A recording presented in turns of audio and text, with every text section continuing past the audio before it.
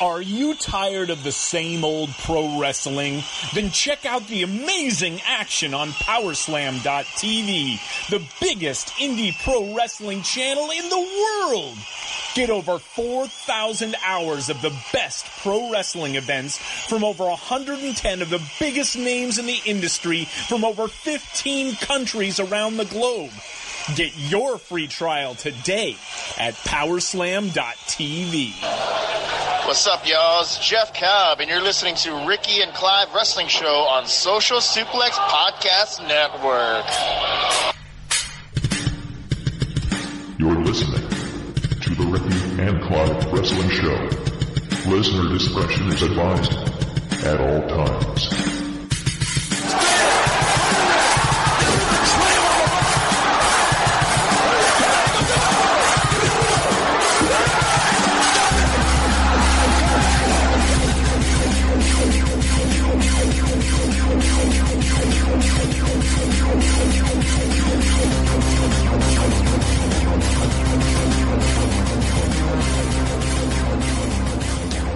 Hello and welcome to another episode of the Ricky and Clive Wrestling Show. My name is Ricky, and I'm joined by a good friend and fellow co-host, Clive. How are you, Clive?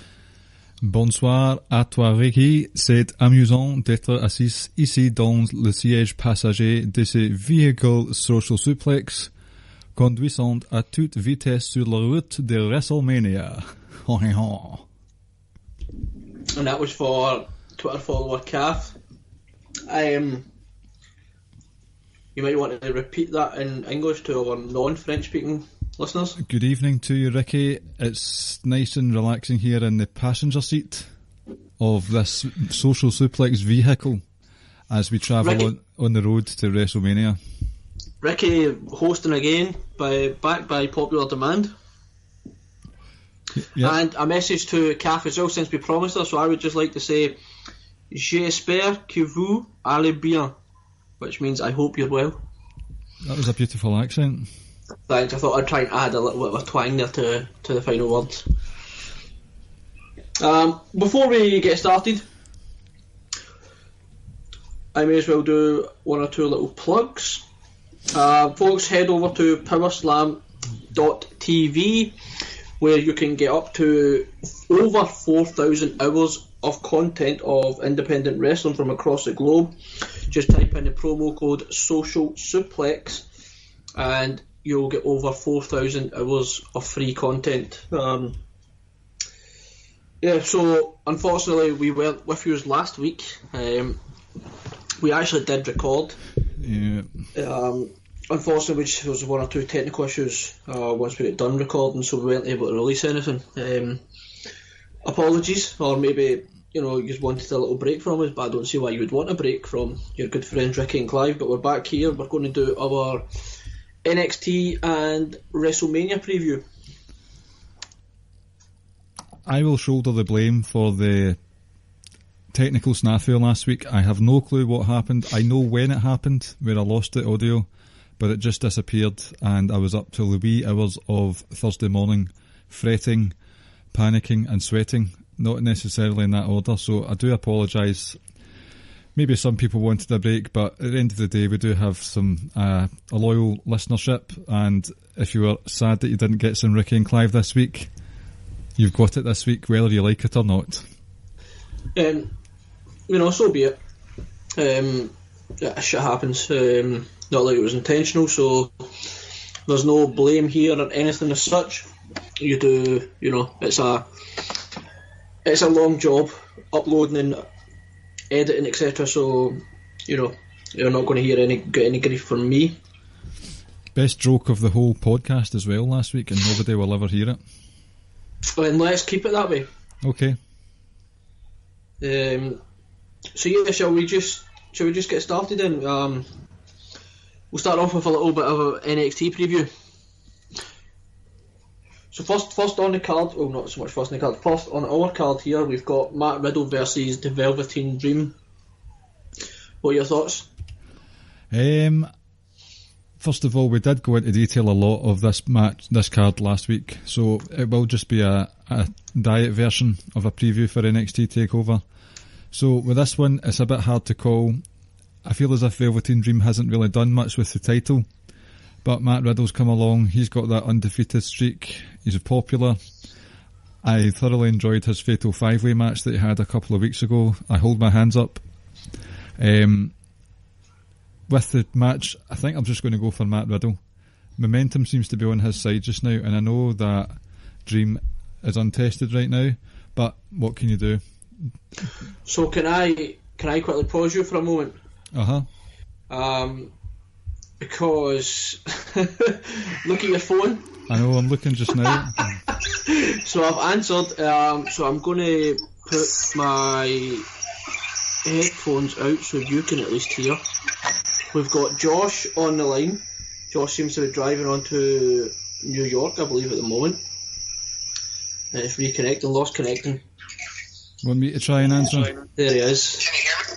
We can hear you. You've actually joined us on the Ricky and Clive podcast at the moment, Josh.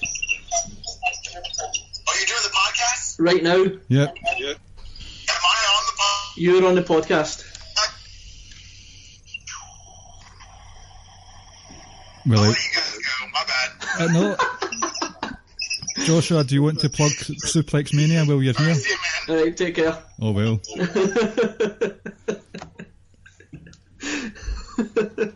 That was funny. That was actually quite good. It was quite good. We'll plug Suplex Mania later. Give it the full shebang. Well, I was actually in the middle of texting you back there saying don't worry about it. I've got a segue for it already. Oh, nice. So, yeah, sorry. Who was your pick again? Matthew Riddle. I would agree.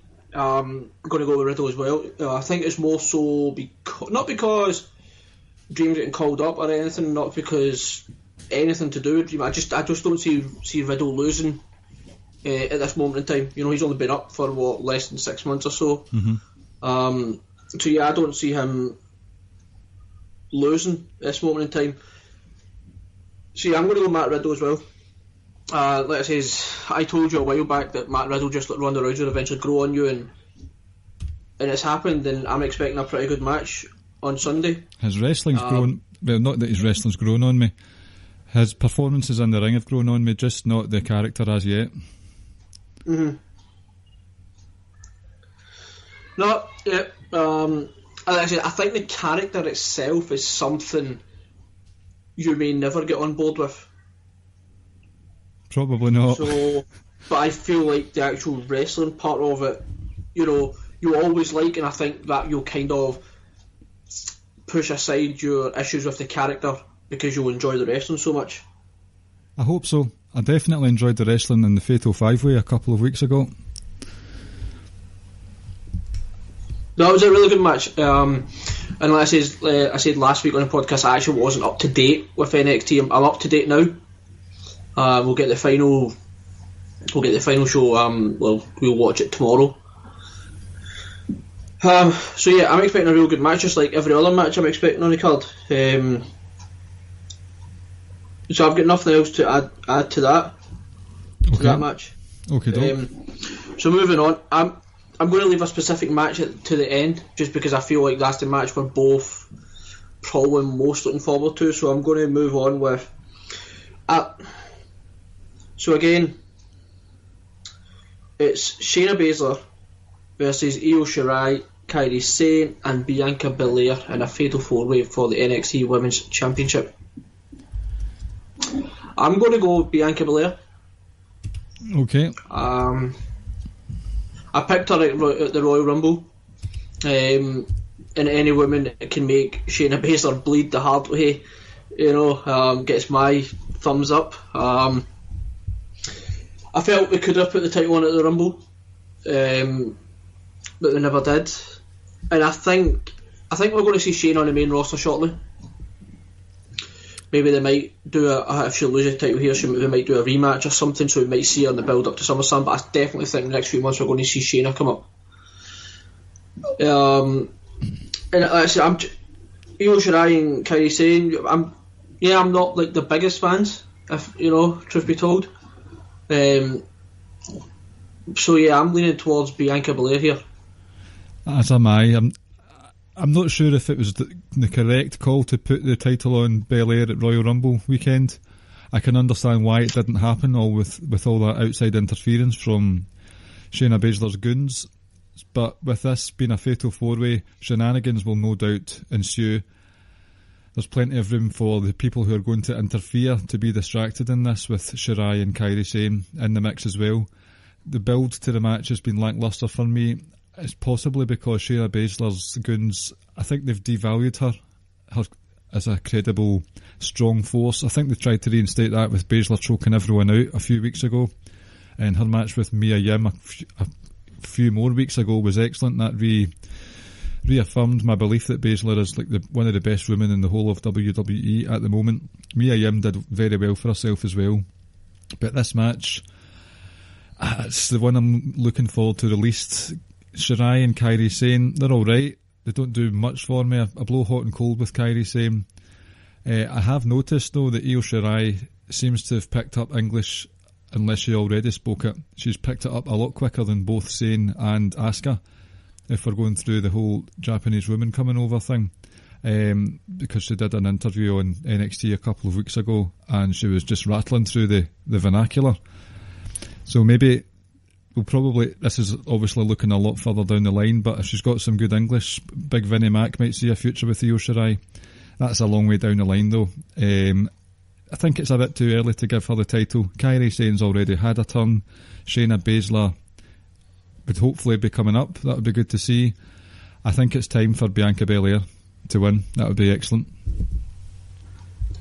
Yeah, like I said, I agree. So we both went 2 for 2 here. Moving on, we'll go to the NXT Tag Team titles. We have got the War Raiders versus Aleister Black and Ricochet.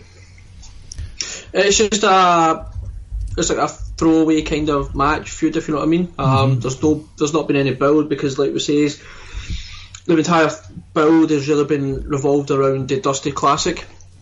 But yeah, so like I said, it's going to be kind of a one and done. I'm expecting War Raiders to retain in a pretty good match. So that's why I'm not too concerned that it hasn't been a proper build, because I expect the match to be pretty fun. See, I don't know, like I say, there's not been a story, there is no real story to it. But that's just purely because of the Dusty Classic. Mm-hmm. And I'm glad in a sense that because of the Dusty Classic, they've actually gone with a team that isn't like I'm trying to think of the actual word, a legitimate team, because I feel like if it was someone like DIY, I know they were never going to win it, or whether it was going to be British Strong Style or Undisputed Era, like I felt like it would have been a kind of waste because there's only been like a 1 week build to the match. So in this sense, I'm just happy we're going to get a good match, but it's not going to mean anything in terms of a tag team landscape. Aye, same here. It's in terms of the whole canon of NXT, it is a bit of a throwaway match. I can't see anything but a War Raiders victory here. Black O'Shea are all but called up to the main roster permanently. They're all over the place. I will touch on Black and Ricochet later on for the recently announced SmackDown Tag Team Titles match, but I'll keep it short here and I'll go for a War Raiders victory, and then we'll probably see what happens going forward with the rest of the NXT Tag Team division. But it will still be an excellent match. Black and Ricochet have been bizarrely an excellent combination these last couple of months. I've enjoyed the majority of their matches. War Raiders can bring it, we know that. So it should be one of those sleeper hits, I would say. Mm-hmm. Yeah, definitely. Should just be a good, fun match. So moving on now, we'll go to. I'm really looking forward to all 5 matches, if I'm honest. And the fact that someone like Roddy and Kyle O'Reilly are not on the pay-per-view shows you, it's a pretty strong lineup. It's not hurting as a result. No, not at all. So we're going to go 2 out of 3 falls. Johnny Gargano versus Adam Cole. Now, I can't remember what I picked last week, but I'm going to go Adam Cole. Baby. Yes. and I kept calling him Adam Rose last week, but yeah. Oh, Adam that's Cole, right. Adam Cole, I think it will go 3 falls. I think maybe we might get a bit of interference for the third and final fall to help Adam Cole win the title. And then I'm going to say what I said last week. I'm going to go a bit left field, but I'm going to say eventually down the road, the rest of the guys in the Undisputed Era turned on Adam Cole. That's it.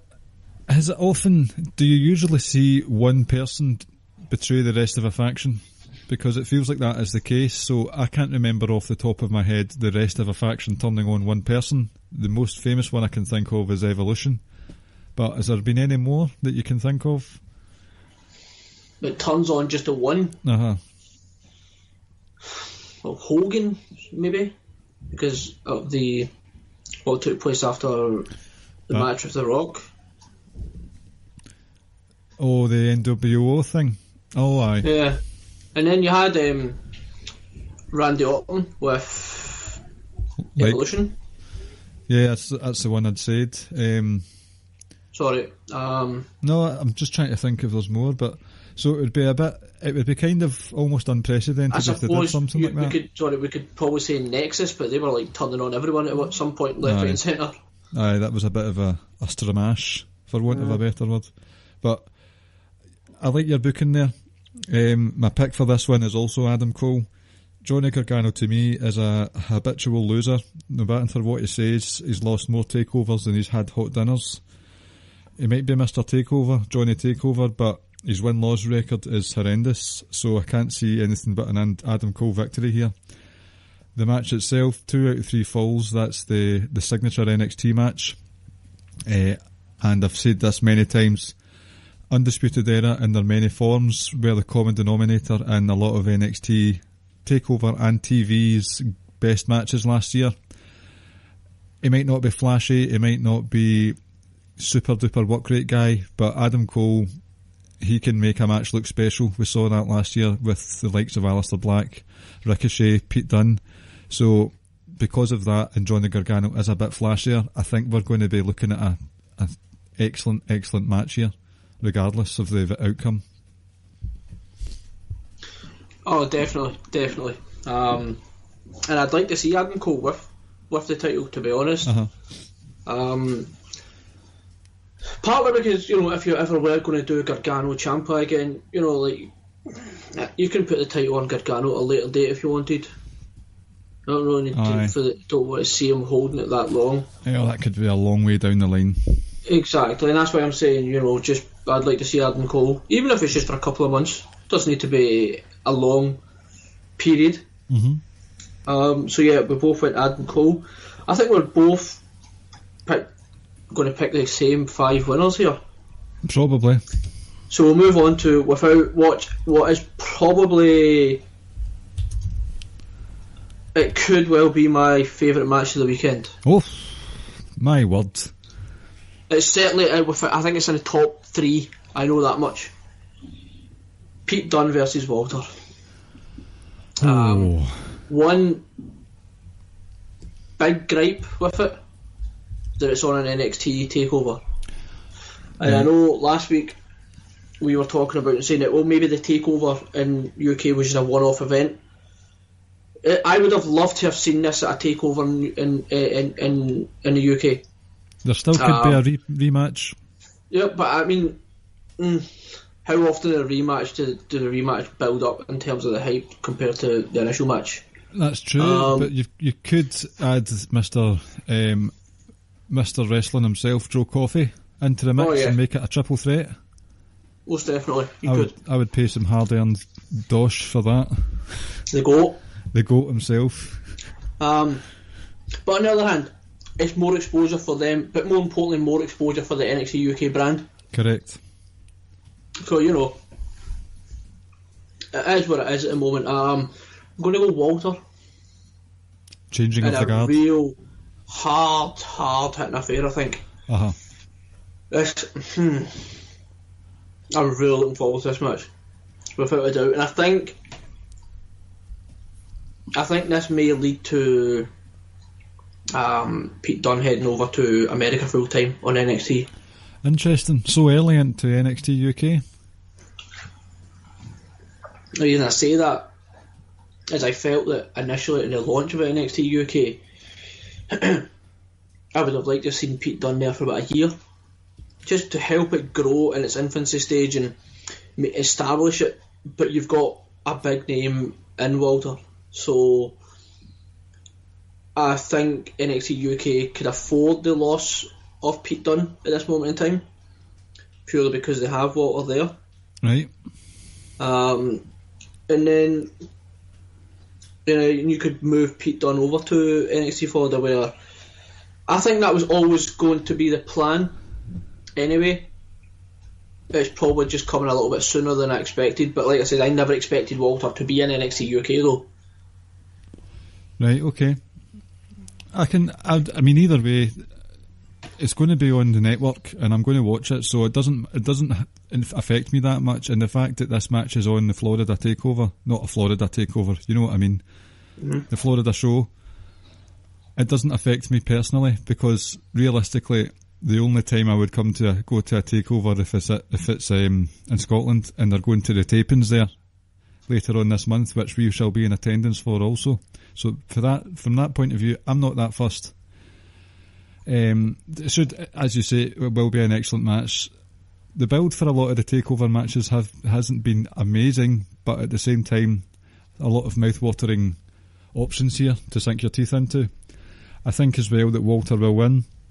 Pete Dunne has faced exponentially larger wrestlers as his reign has went on. He's defended against more threatening competitors as times went on. We saw how closely contested that Joe Coffey match was, and I think Walter's just the obstacle that he won't be able to overcome. He's just too big, he's too much of a monster.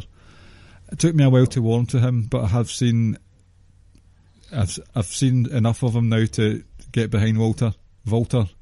His chops, his powerbomb's excellent. It looks like such a messy powerbomb, but it's delivered with such impact. You can't wince when you watch it. So it'll be very hotly contested, and I think Walter will be the one to win in the end. Yeah, I agree. So we've gone 5 out of 5 there for both of us. So I think it's 5 kind of safe picks. Not so much safe, but I think the only one I have doubts about really is the women's match. Aye, because it's the four wrestlers. I do feel they are going to go with Adam Cole. I don't know. I mean, obviously that's my pick, but they like curveballs now and again. That's true. It's a swear throw. Yep. So shall we move on? We shall. WrestleMania. Where to begin? Before we get to WrestleMania, just want to put it out there, folks. If you're in the New York area or the Jersey area, or you're going to be anywhere near WrestleMania, if you don't have tickets or anything, you can go to an event that Social Suplex are holding, and it's called Suplex Mania. It will be on 155 West 33rd Street in New York, in the original Hooters, where a number of people on the network, Jeremy and Josh of Keeping It Strong Style, J&J Security, Rich will be there. I believe James will also be there. Just laughing at the J&J Security. So several of the guys are going to be there, and what's going to be going on is there's going to be like a live podcast / WrestleMania 35 watch party. We implore you to go. Like I say, if you don't have tickets, or if you might not be there, but if you know someone is going to be there, please reach out to them and let them know that the guys, you can go to watch WrestleMania with the guys. We've got a good bunch of guys on the network, all really funny guys, good guys, and they will be good company. So if you're not able to go, I believe, they're going to stream it live, I think. In the Hooters, I think so. So if you're not able to go there with them, you'll be able to watch it watch the live stream with them as they are watching WrestleMania. So yeah, like we say, folks, if you're in the area, please get down to Original Hooters and enjoy WrestleMania with the guys. Please do. Pass it on. Tell your friends and tell your mums. Yeah, tell everyone. Like I say, they really are a good bunch of guys. So let's get into this very long card. Right, I just want to count them. So there's one that we've added in as a possibility. So let's pretend that is a match, right? Mm-hmm. There's 1, 2, 3, 4, 5, 6, 7, 8, 9, 10, 11, 10, 11, 12, 13, 14, 15, 16, 17, 8. That can't be right. It can't be 18 matches, surely. That's ridiculous. Well, how many matches were last year? Wasn't it like 15 or so? 15, 16 maybe? Oh, I hope you're burning the midnight oil, Ricky. I'm staying up to watch it. I mean, tonight. No, I know. But also in reference to Sunday, I'll be staying up. Uh-huh. So you've decided? The next day. So we'll probably finish at about 5 o'clock in the morning, our time, at the earliest. I need to be in work for 8 o'clock. You're going to have a serious case of the butthole eyes on Monday morning. I'm going to have to find a quiet spot somewhere in the building and just try and go for a quick 20-minute power nap. I know where that place is. Sorry? I know where that place is that you go. I was actually there. True story. No, I won't say. I'll tell you off air, right? Okay. Oh, screw it. I was actually there today. I only got like 3 hours sleep last night. And I was there again today. I was only gone for about 10 minutes max, and I think my phone was ringing. And my boss texted me saying, "Are you okay?" And so Bleep has called you a couple of times looking for you. So yeah, that went down today in work. That didn't go down. Did that go down well? Oh, it just kind of goes, I was on the phone. In the disabled toilets area? No, that's not where I go. It's near it. There's a wee room next to it that no one goes into. For some mindfulness?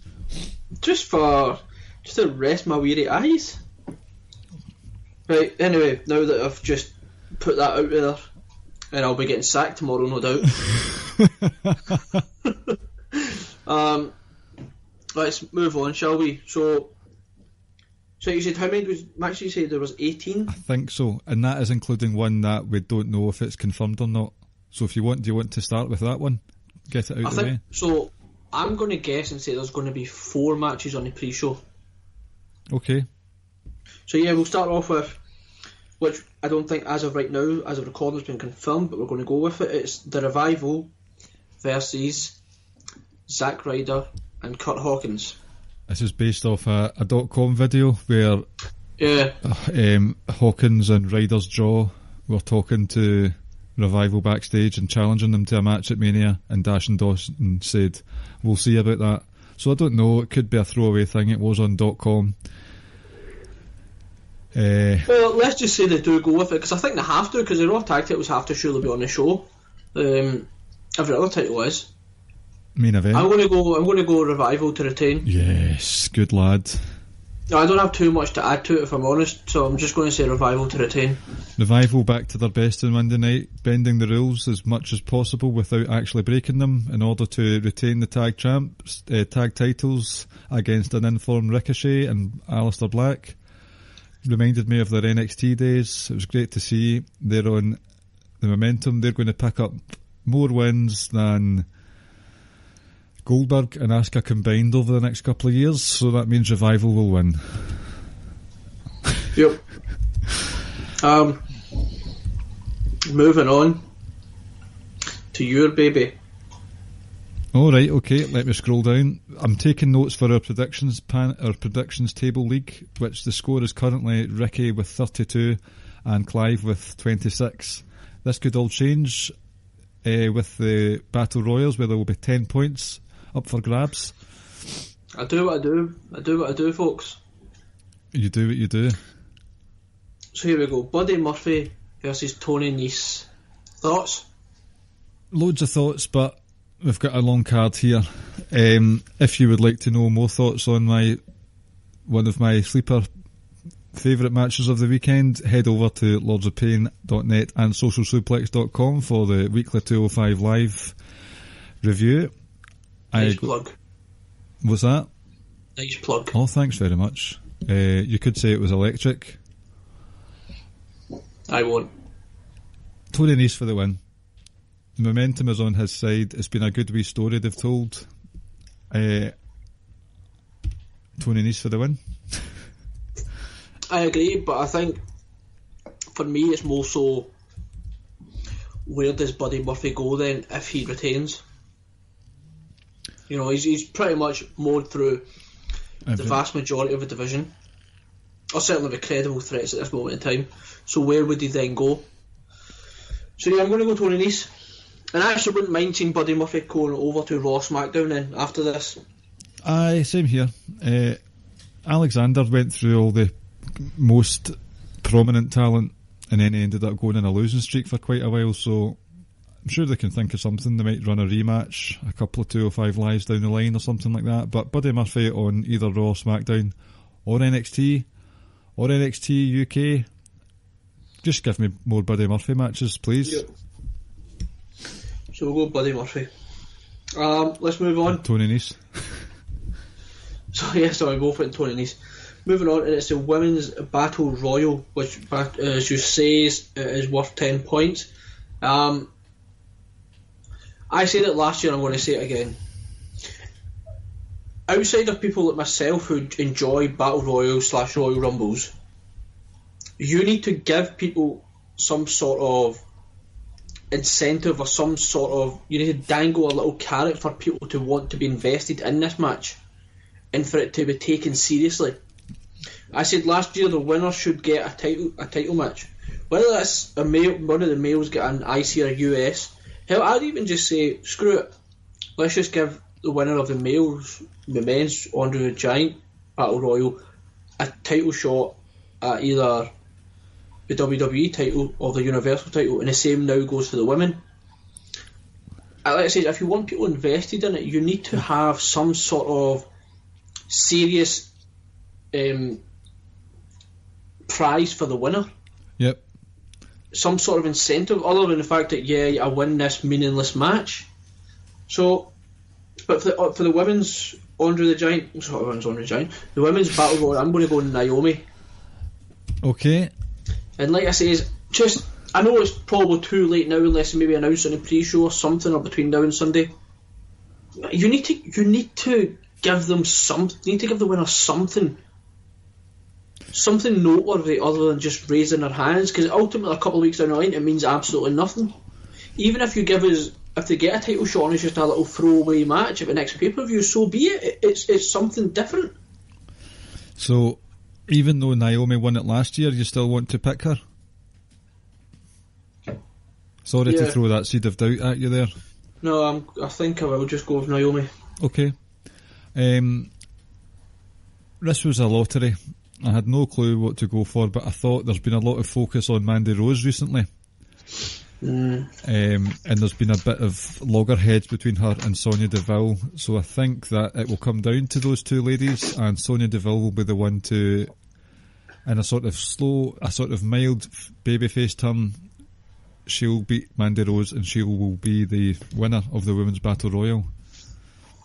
Damn, I should have picked Sonya. Why is that? Because of the points? No, it makes sense. Well, it's not too late. Nah. In fact, you know what? To make it interesting, change mine to Mandy Rose. Oh. Oops again. Right, Mandy Rose. Do you think she's related to Adam? Yeah. Thanks for your input.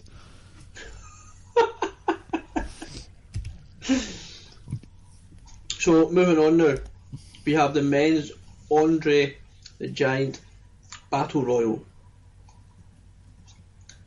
And your pick? To be honest, I can't really see past Braun Strowman, not because of how large he is, just because of how he's been booked. They always seem to tease him having a main event push, and then they sort of give him a, what's that word, consolation prize. So I think this will be the consolation prize, a wee Andre the Giant Memorial Battle Royal. However, if EC3 wins it, you heard it here, I told you so. But I'm going with Braun Strowman.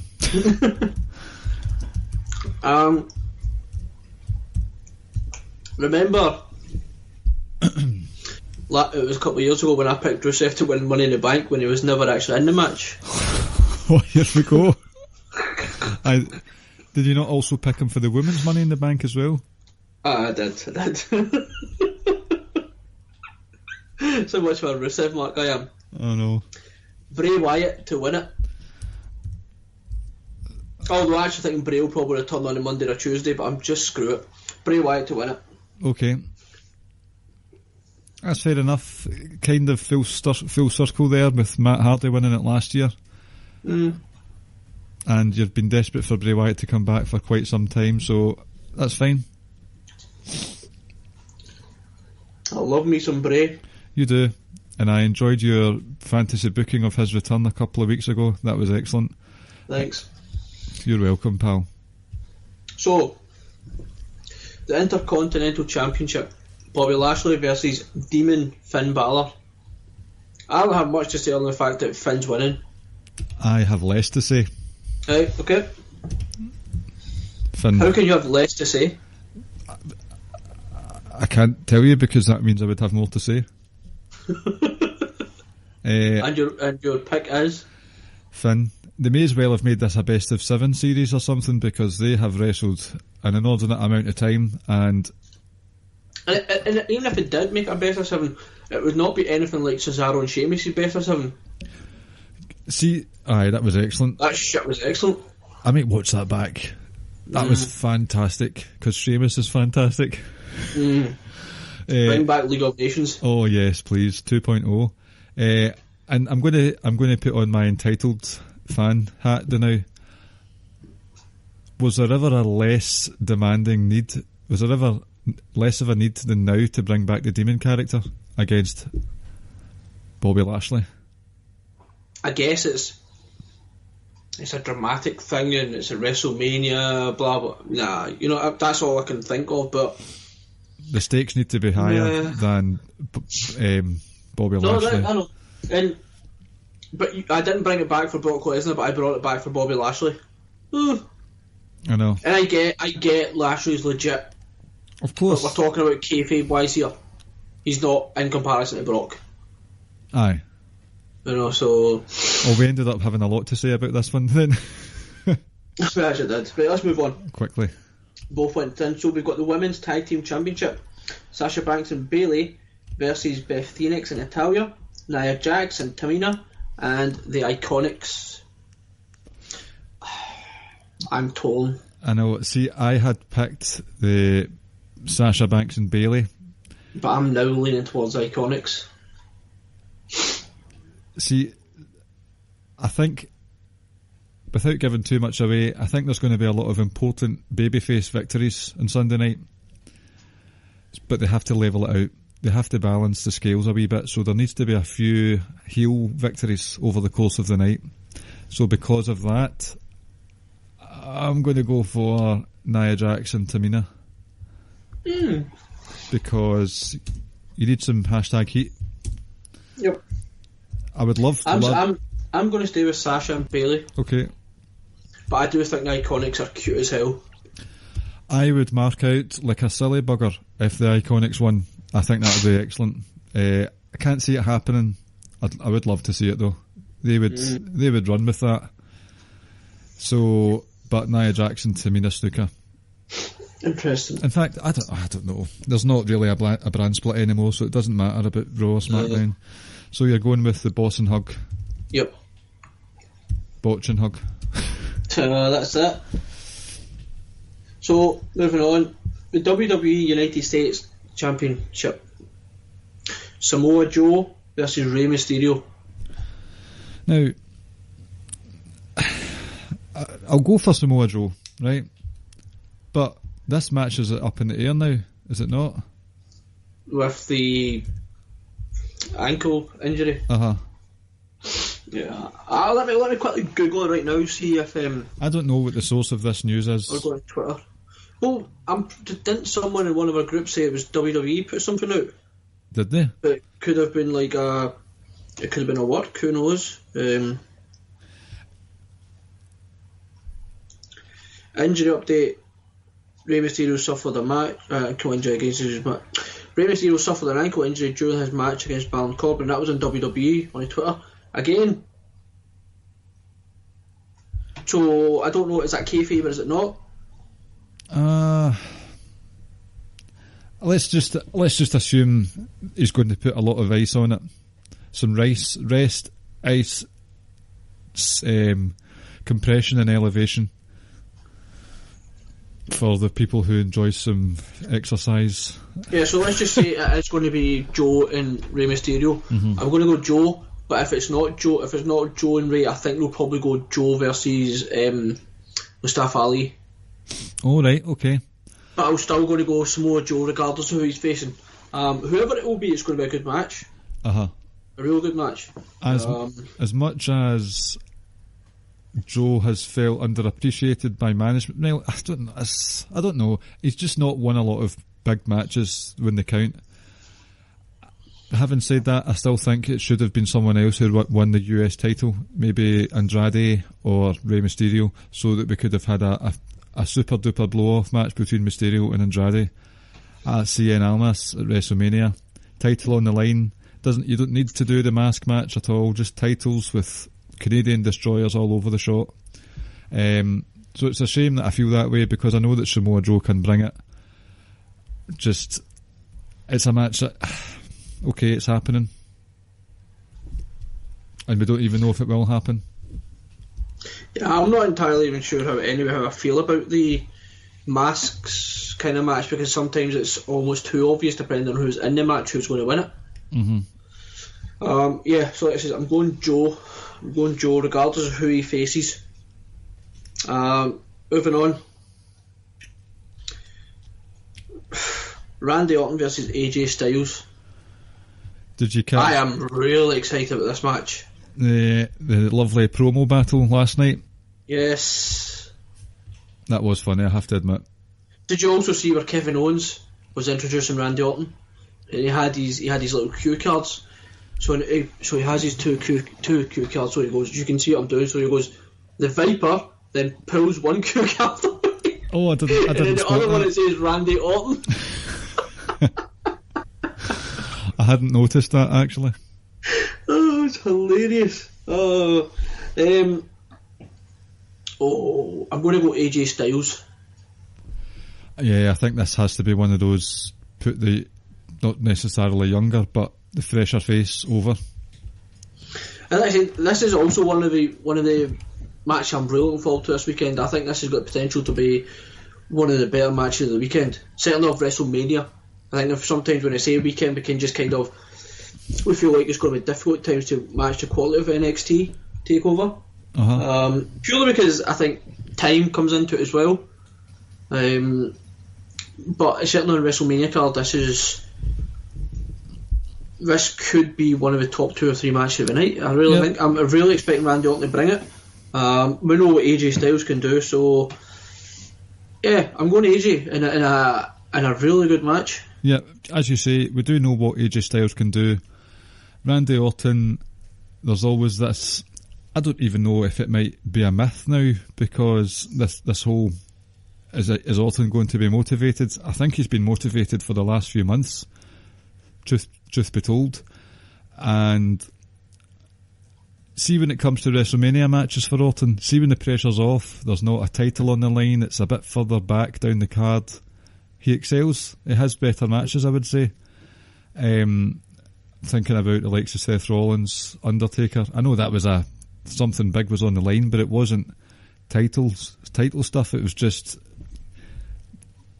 not as huge a deal as a big world title match, if that makes any sense at all. It made sense in my head before I said it. So because of that, and Orton has been motivated, in my opinion, over the last few months. AJ has brought it to the WrestleMania so far. A lot of people weren't happy with the Nakamura match last year, but it was still decent. It was still above average, so it should be an excellent match. The promos have been excellent, with AJ talking about Orton's drug suspensions and all that stuff. I quite enjoyed that. And Orton calling AJ the new corporate bitch. That was fantastic.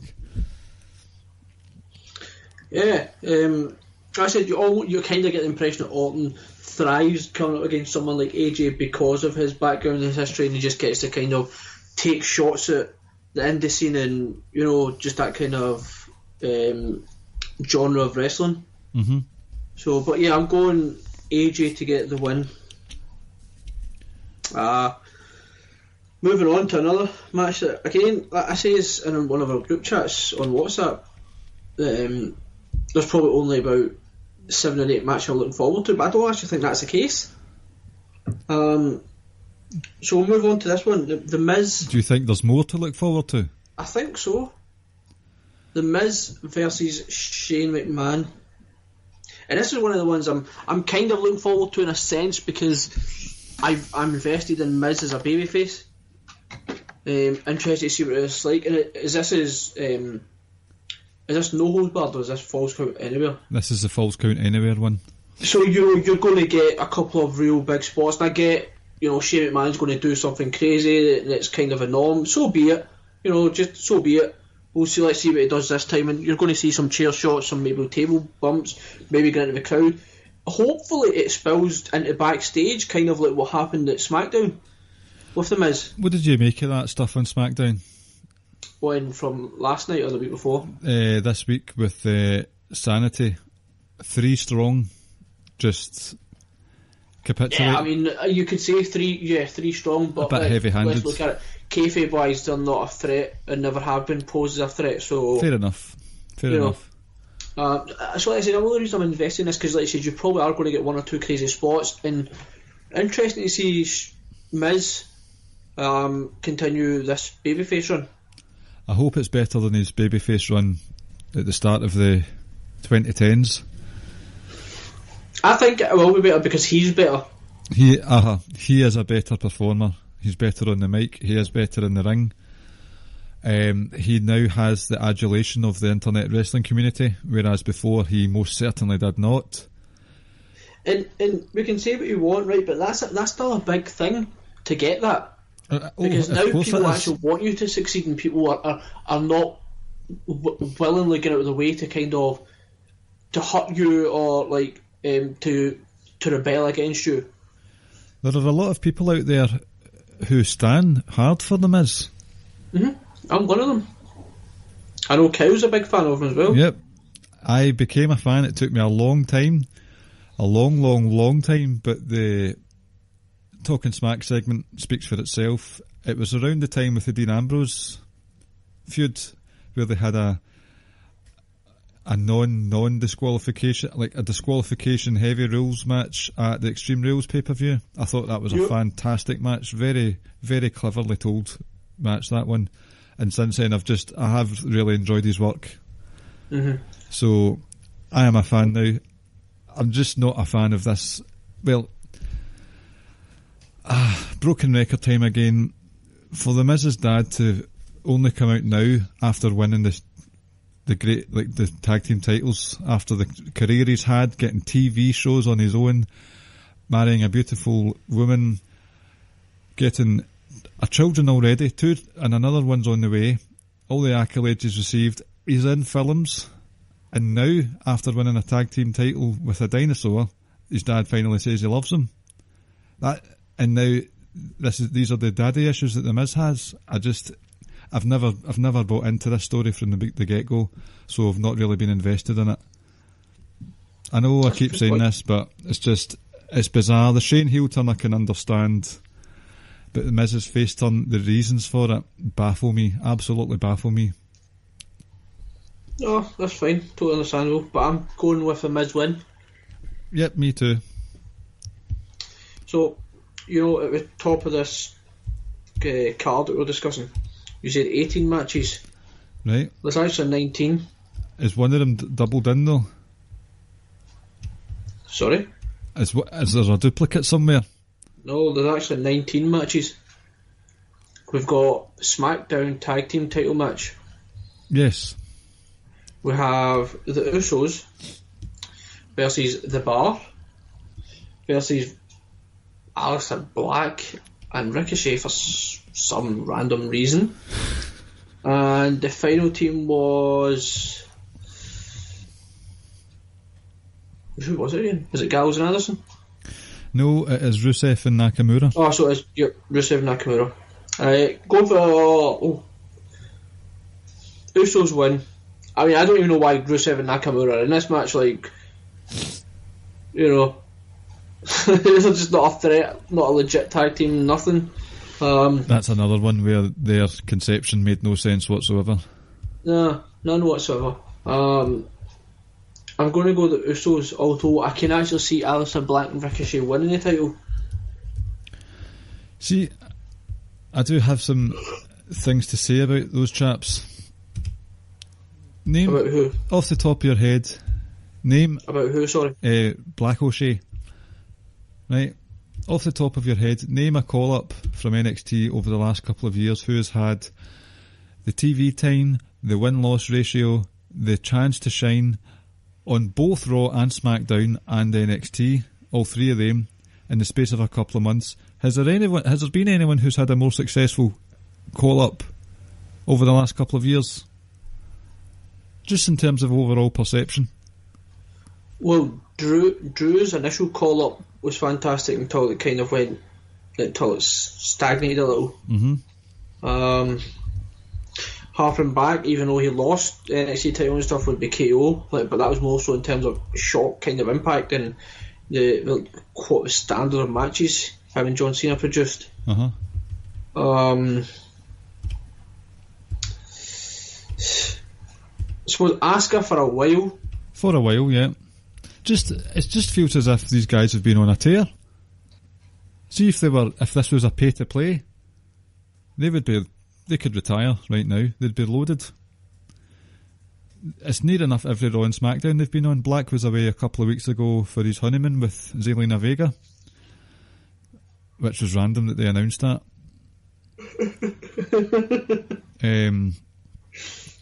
It's just, I don't know, like, obviously someone likes them for them to get so much TV time. Mm-hmm. They're dynamic, they're frenetic, they're fast paced. I think because of that we're going to see some tag titles for them. They'll be in 2 tag team title matches in 3 days. In fact, they'll have competed for all 3 tag team titles in the space of a week. Yep. They've got to win one of them, surely. Yeah, but I'm still going to go Usos to win. Okay, I'll go for Black O'Shea. That's a terrible name, but... It really is. I wish you'd stop calling them that. Well, I call them Ali... Just call them Aleister Black and Ricochet. I'm trying to save syllables. No, you don't need to. Like, you really don't need to. You are so offended by that.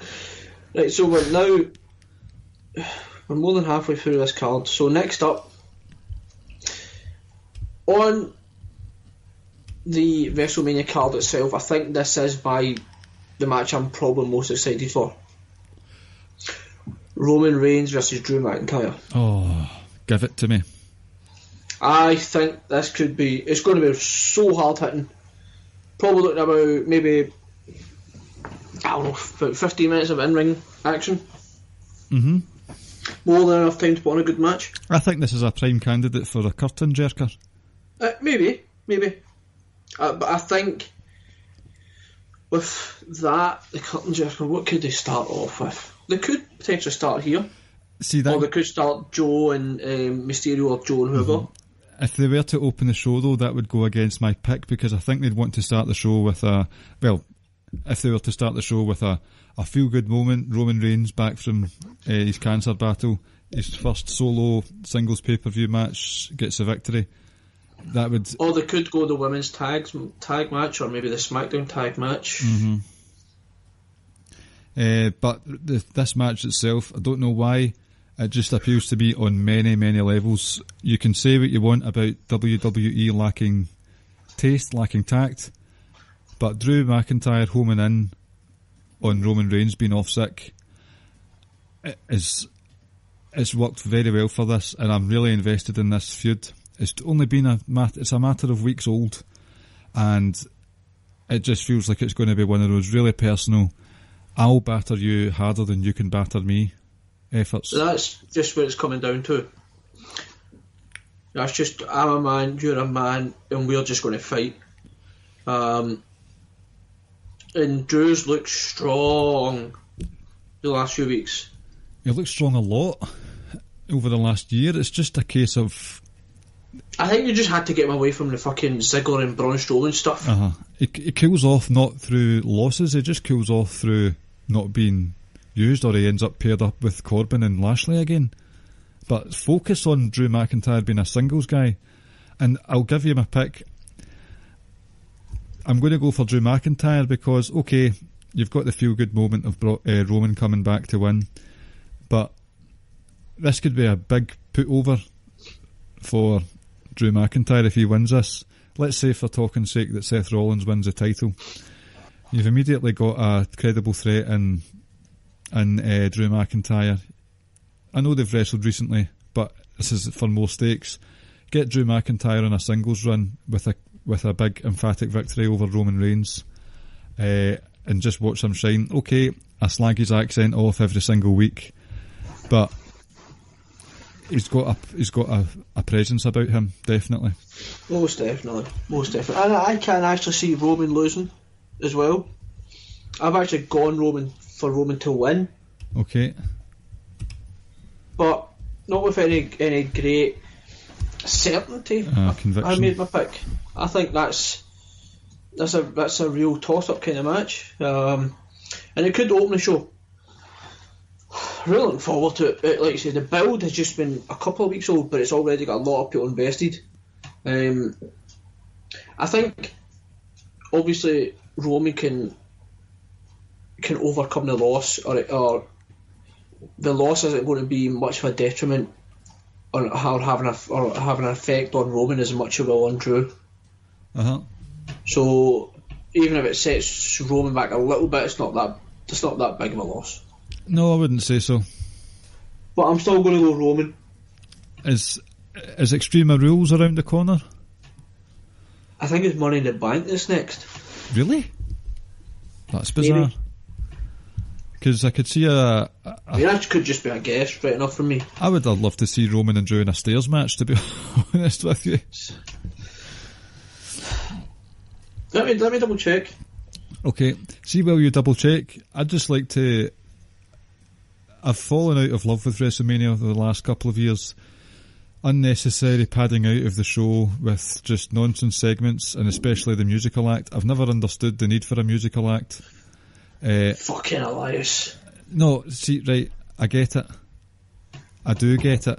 But to use your own wrestler for the music act, it gets someone on the card, it's a spotlight moment. Okay, he does my boxing, but I'd rather see him than Flo Rida. I'd rather see him than some guy that was great or good 10 years ago.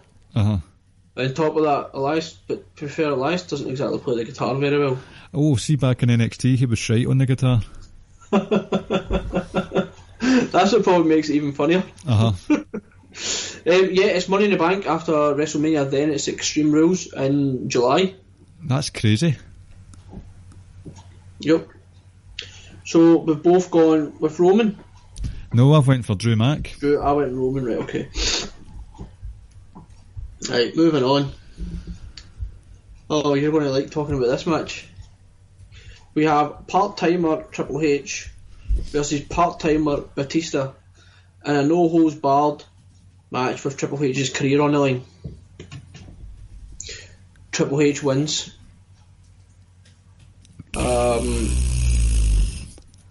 With it being a kind of, again, being a no-holds-barred match, you're going to get some spots.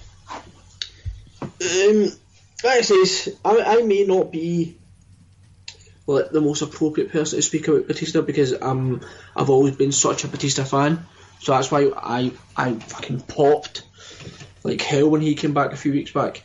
The segment was excellent. It was well done. The segment was excellent. Just simple, do I have your attention? I watched that, like I said at the time, multiple times. And then this past week, Hunter, kiss my ass. And that's it. But I suppose I do, if they're playing him as the heel, then I don't like him, because you're saying, do I have your attention now? And he's just been playing funny buggers the whole time. And it was all, give me what I want, and then he finally did give him what he wants. Now he's like, kiss my ass, and it's like a case of, what an arse.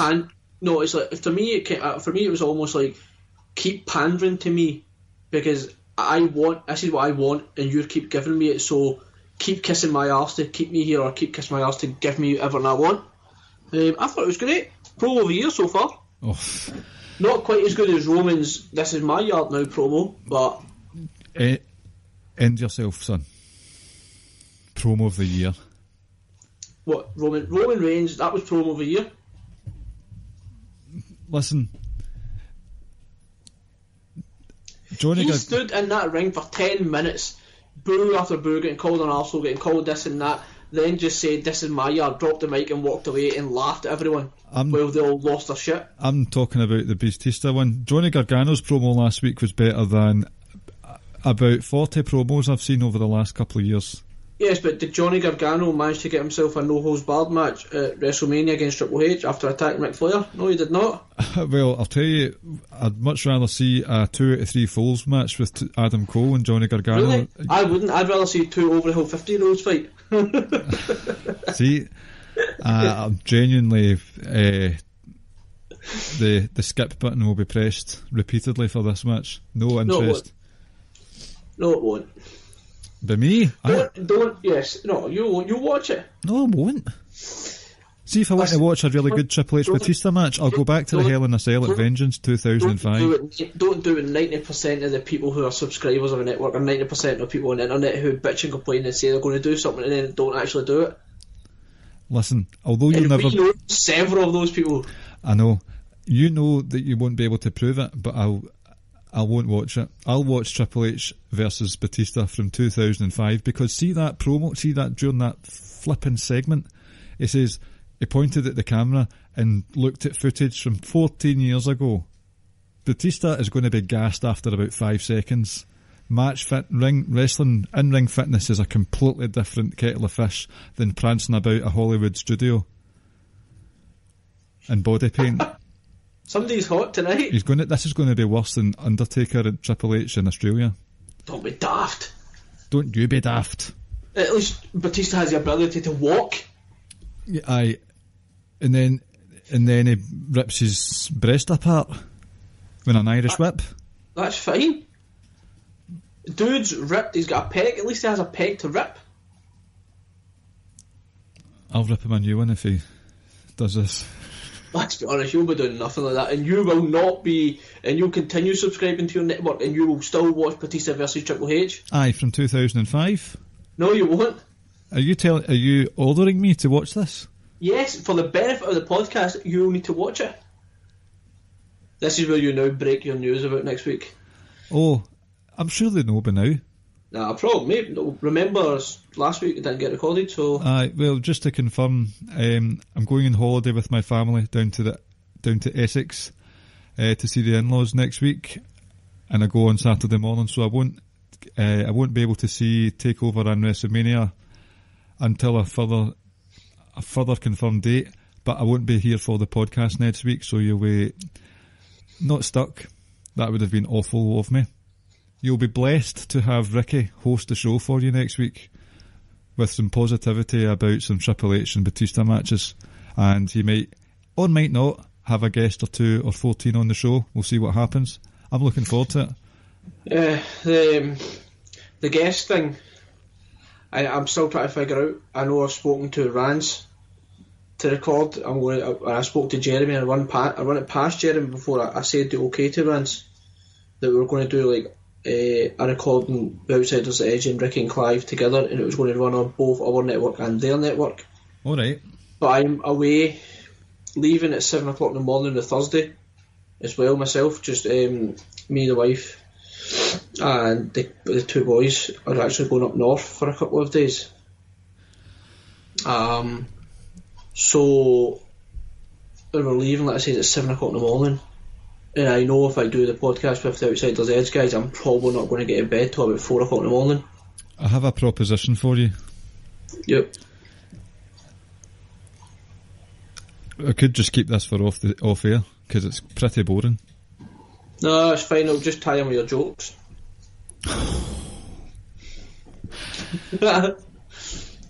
Do you want to know something funny? You'll laugh at this one. I said to my wife earlier, I haven't got a joke for tonight. And she said, why don't you Google bad wrestling jokes? Oh. And she said, maybe your show will be up there. Oh, burn! That was a burn. Oh well, fair play. Mm-hmm. Oh, that was totally deserved. We should get Mrs. Clive on to tell us a joke, because that was quite funny. It wasn't a joke, it was a put down. I know, but it was quite a funny put down. What were we talking about? A loving put down, that's what she said there. I didn't hear her. A loving put down? Yes. What were we talking about? WrestleMania? Is that what you said there? No, so we're talking about the WrestleMania review podcast. Why don't you, this is just for you, and we can get some input from our listeners. Why am I telling people about this? Why don't you record on either Monday or Tuesday night? Just talk about WrestleMania, and when I'm back the week after, we can talk about any superstar shake-ups, all that stuff. We could do. I'll decide and we'll see. But like I said, even the following week, I'll still be wanting to get your thoughts on WrestleMania and your thoughts on the call-ups and stuff. So, okay, I'll need to decide towards the end of the week or the start of next week what I'm going to do, and then figure out how the hell I'm going to go about recording it as well. I have faith in you. I put up some brilliant desk instructions for you on Google Docs. I also have faith in myself as well. Oh, did you have to interrupt me to tell me that? Yeah. Right.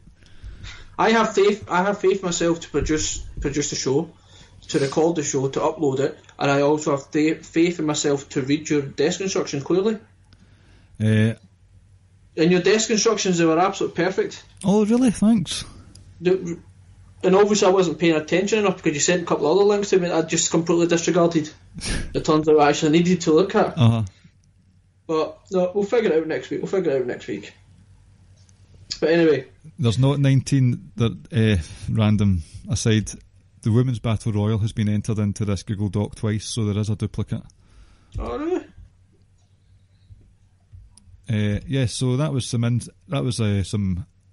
basically a Ricky and Clive staff meeting there, live on air. We've had it all tonight. We had Joshua from Keeping It Strong Style gate crashing. That was hilarious. We've had staff meetings. We've had loving put downs. We've had a little mini fight. We've had some French. Yep. We had a fight. We had a... What else have we had? Do you know, that's a couple of times we have argued over Triple H and Batista. I know. I think it's like the third time ever we've argued on a podcast.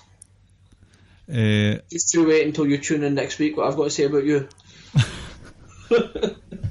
Right, let's move on. So, sorry, who was your pick between Triple H and Batista? Shit. Triple H. I'm the same. I genuinely cared so little I forgot what I picked. So we have 4 matches to go. Maybe they could put Triple H's what do you call it? His I'm in the mood for wrestling at WrestleMania leather jacket match on the line. Anyway. Did you pick Triple H? Yes. Kurt Angle versus Baron Corbin. Oh my God almighty. Go on. What was that all about on Monday night? What, the main event? The go home segment before. It should have just ended with the women. We will talk about that. Oh, most definitely. But this, okay, Baron Corbin's a great heel because he works the marks and stuff. That was unwatchable. That was dreadful on Monday night. And I get where people come from when they talk about Baron Corbin like that, how he works with fans and etc, but that can't be your go-home segment. No. It just can't. It really cannot. Because you saw what the go-home, on the go-home show SmackDown last night, what the final segment was. The most important match on that brand. So one of two, it must have been, it had to have been a woman or it had to be Seth and Brock. One of them had to have closed the show. Mm-hmm. But no, you've got Angle who can't move. Sometimes, I mean, you gave a lot of credit to Baron Corbin a couple of weeks ago for the Shield match. We know he can go. I don't get how you want to have a really boring match to entertain the fans in the last segment before you go home. What? You know what they should have done? Entitled Hat's coming on again. Kurt Angle, farewell presentation at WrestleMania, and then Baron Corbin comes down in the segment. Because see that video they had of Kurt Angle? Mm-hmm. Which, by the way, had a wee bit of Chris Benoit in the footage. Don't know if you noticed that. Did it? Aye, the moonsault off the cage. Oh, right. I thought, forgot to pixelate that there. The Kurt Angle was in tears, and I found a couple of my eyes had glossed over a wee bit. Not glossed over, that's the Baron Corbin match. The glazed over.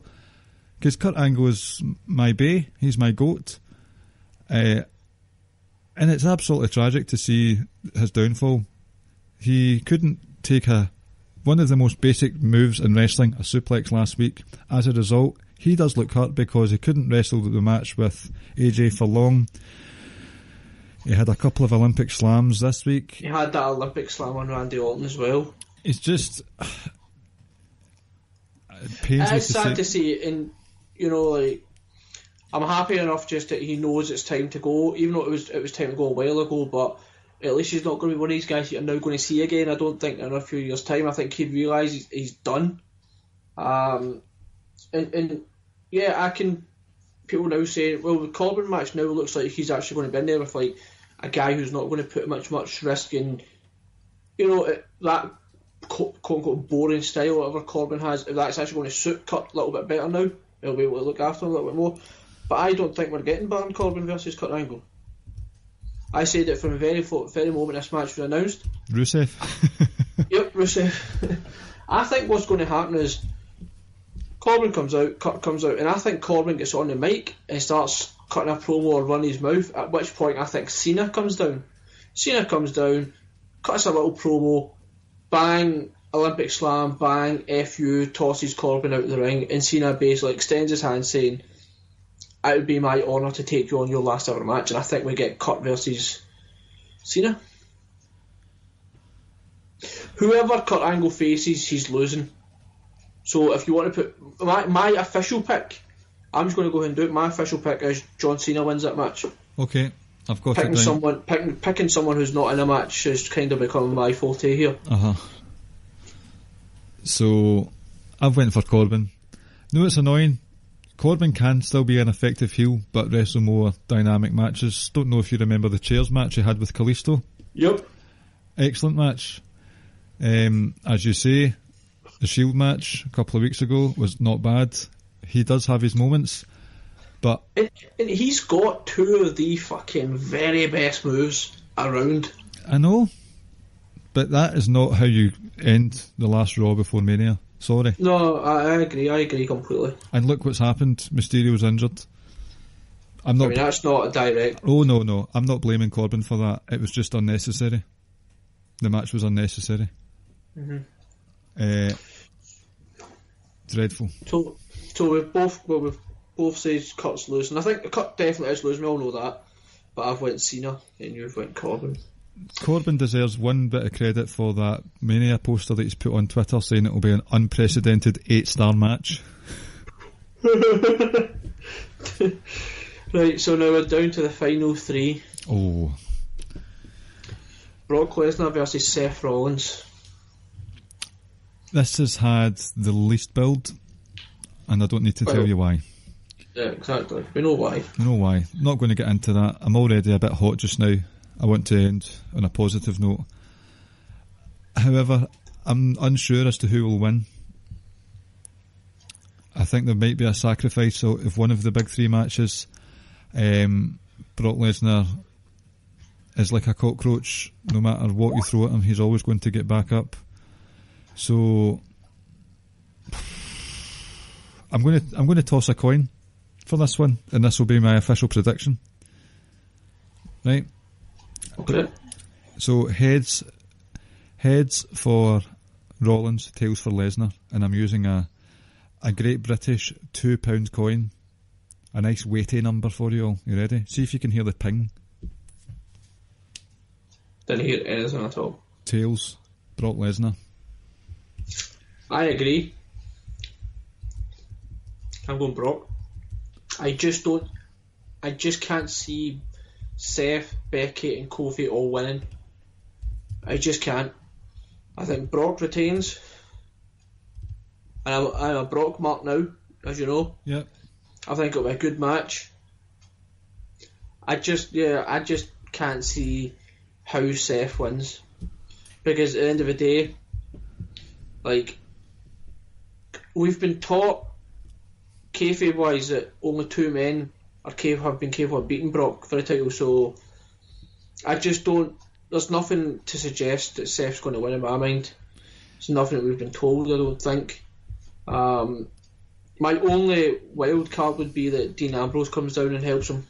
Yeah, that's possible. The wild card that Seth threw into the mix was the low blow, something he can't do in the match because it has traditional rules. So Seth Rollins likes to have a plan in mind. Does he use this as a mind game, or does it? I don't know. Does he have something else in mind apart from a low blow? So it is possible. It is possible. I've said many times.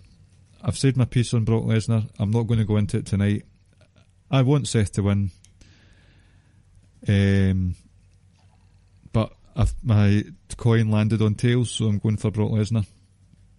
And that'll be my official pick for the Rab Ropes Invitational pick as well. Okay? Yep, I went Brock as well. Good luck, Seth. So moving on. Kofi Kingston versus Daniel Bryan for the WWE World Title. That's how you end a go-home show. Yes, it is. By breaking Michael Cole's fingers as you throw the clipboard at him. Like, awesome. Daniel Bryan as a heel is fucking awesome. The way he just sits on a chair like a fucking boss. Aye, leaning all the way back. Kofi's winning. Oh, aye. My only question I present to you now is, should this match be the one that closes WrestleMania? Well, is that not a mute point now? It is, but I'm saying, what do you think? Do you think it should be the one that closes WrestleMania? No, I would put it second last. I put my tuppence worth in just once or twice in a Twitter exchange between a couple of the Lords of Pain guys about what the match order should be. I would stack the last hour and a half, 2 hours with these last 3 matches. Universal title, WWE title and the women's title. One of the gripes I've had with the WrestleManias, and it was actually quite common over all of 2018, was that pay-per-view started excellently, really well, and then it just tapered off and some really crazy booking decisions, and sometimes the main event was just a disaster.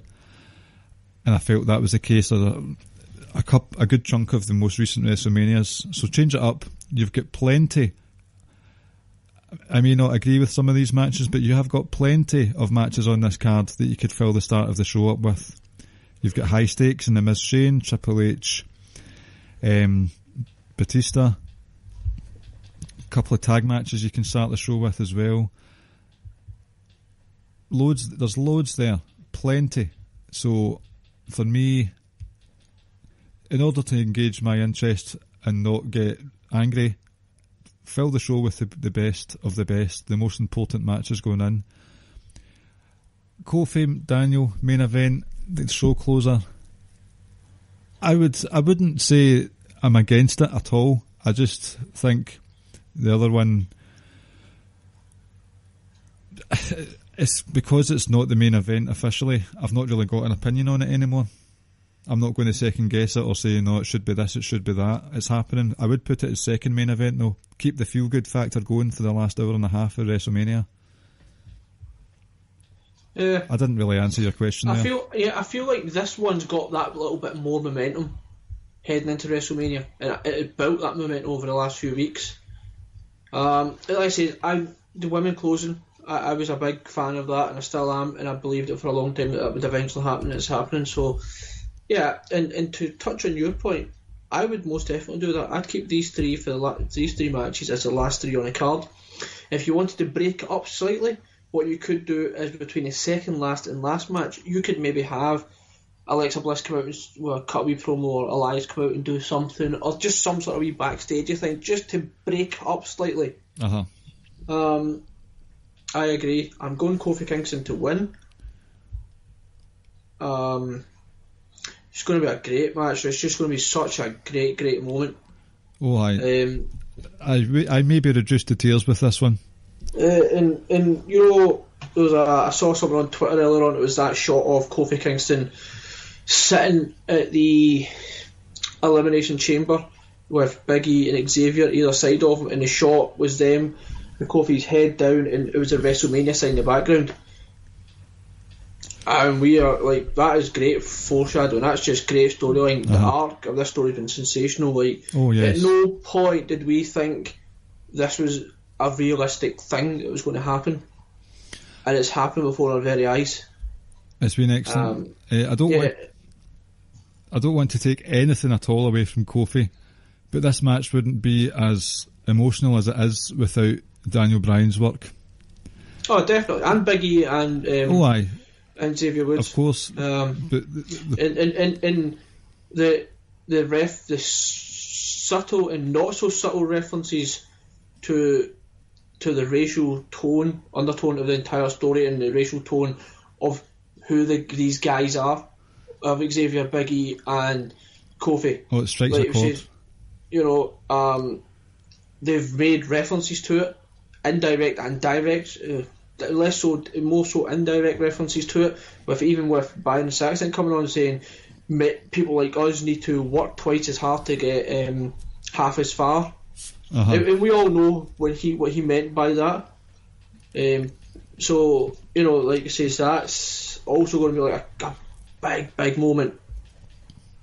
I think it will be a great moment. I want to point out personal opinion, the main event scene of SmackDown has been the best run show, the best run division on the main roster since Daniel Bryan became the champion.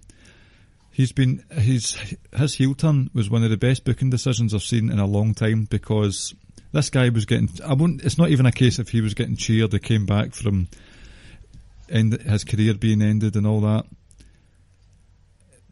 People despise Bryan right now, and they've embraced the kayfabe of it all. They've put aside the fact that he's this unbelievable wrestler who could out-wrestle anyone. He could probably out-wrestle Brock Lesnar if it was a shoot fight, one of those ones. And people despise him, and as a result, the sort of white meat baby faces of the sort of true heroic baby faces of SmackDown Live have really prospered as a result, and it's made a lot of them look so strong, and that wouldn't have happened without having such an antagonist as Daniel Bryan. So major kudos to Bryan for this, but Kofi has brought it every week. Gauntlet matches, segments, promos. This is real, Ricky. Again, and to touch on Daniel Bryan, like, just sit back and appreciate just how difficult it must have been for him to get everyone to boo him, because he was universally loved, and almost like that, he was universally hated. Yeah.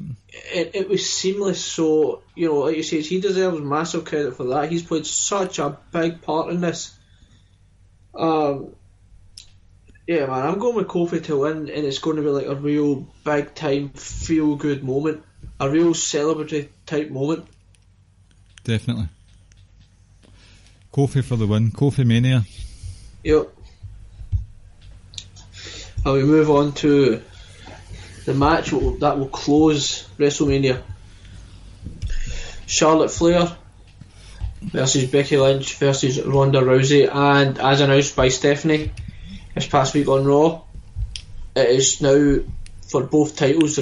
She said they're going to unify titles, didn't she?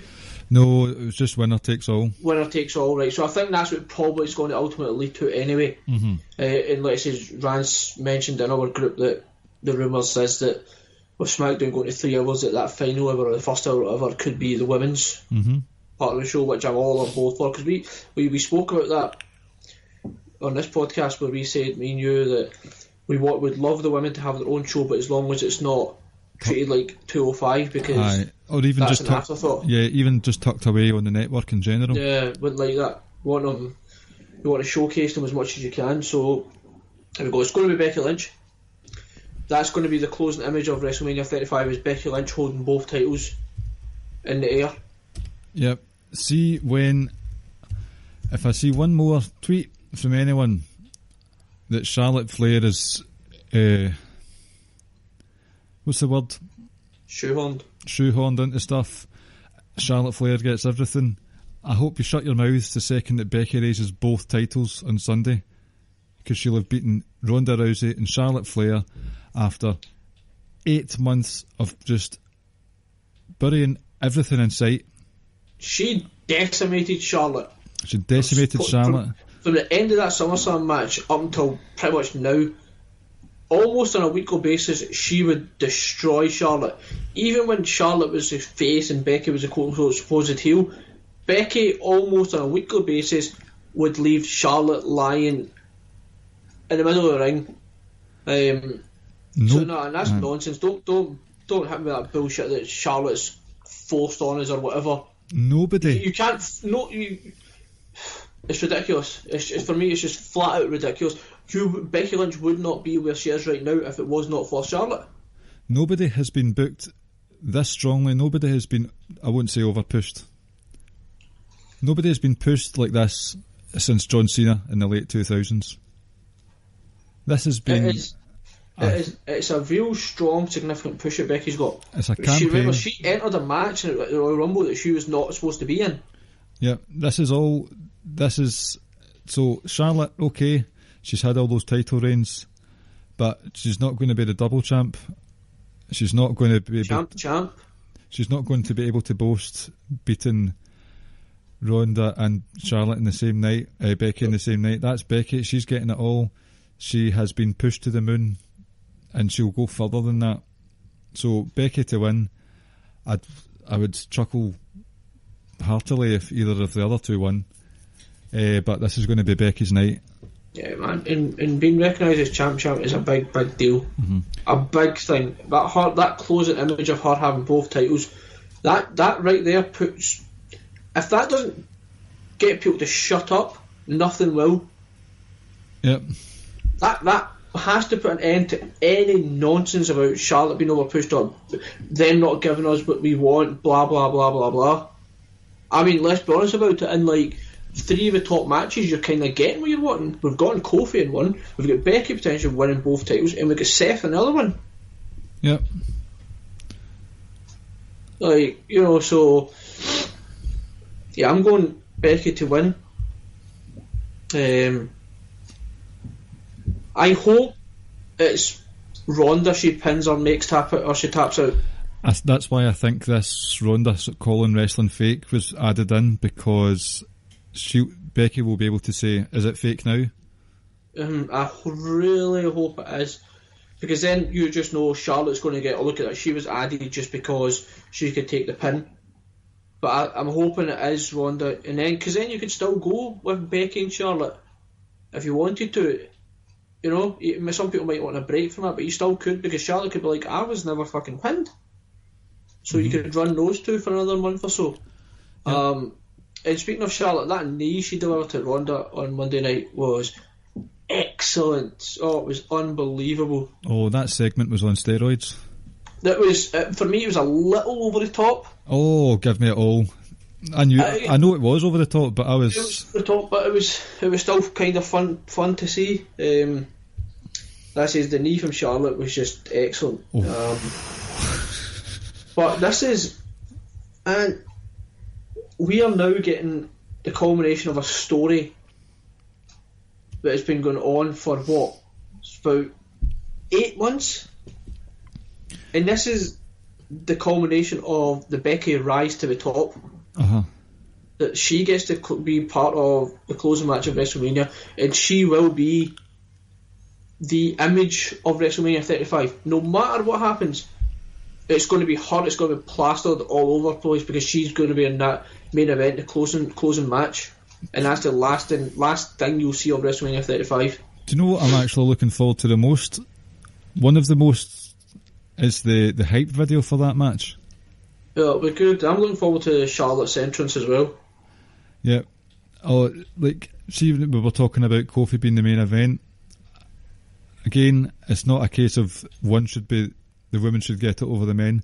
I can understand why, because you've got one woman who's got that mainstream appeal, you've got another woman who's the chosen one and done wonders for the women's division for over 4 years now. Correct you. You've got that second woman just named is the greatest female wrestler ever. Yeah, that's what I mean. There's a reason that the women have been doing so well, and Charlotte has been at the centre of that, whether you want to accept it or not. And Becky has had the best 8 months of many wrestlers' careers. Not just female. No.